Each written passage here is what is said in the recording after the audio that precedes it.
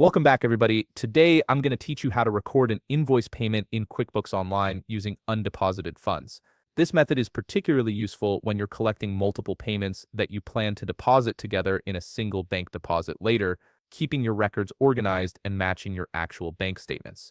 Let's start by navigating to the plus or new button, which you'll find in the left-hand menu of your QuickBooks Online dashboard. This button is your gateway to creating most transactions in QuickBooks.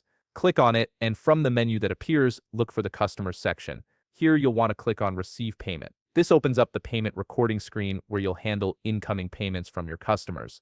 The first thing you'll need to do is select the customer who's making the payment. Click on the Customer drop-down menu and choose the appropriate customer name. Once you've selected the customer, QuickBooks will automatically pull up all their open invoices, making it easy to see what they owe. Now look at the list of open invoices that appears. You'll see checkboxes next to each invoice. Simply check the box for the invoice or invoices that the customer is paying. If they're paying multiple invoices at once, you can select as many as needed.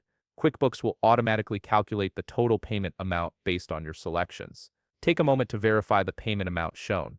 If the customer is making a partial payment rather than paying the full invoice amount, you can adjust the payment amount field accordingly. This flexibility allows you to record payments exactly as they're received. Next, select the payment method from the drop-down menu. This could be check, cash, credit card, or any other method your customer used. If you don't see the method you need, you can add a new one right from this screen. Here's the crucial step that makes this method work. In the Deposit to field, select Undeposited Funds instead of choosing a specific bank account. This tells QuickBooks to hold the payment temporarily until you're ready to create a bank deposit.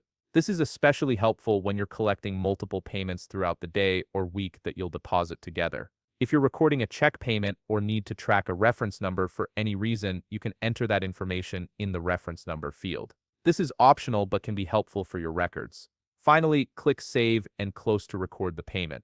Your invoice is now marked as paid and the payment is sitting in your undeposited funds account, ready to be included in your next bank deposit. If you found this video helpful, please leave a like, subscribe, and see you in the next video.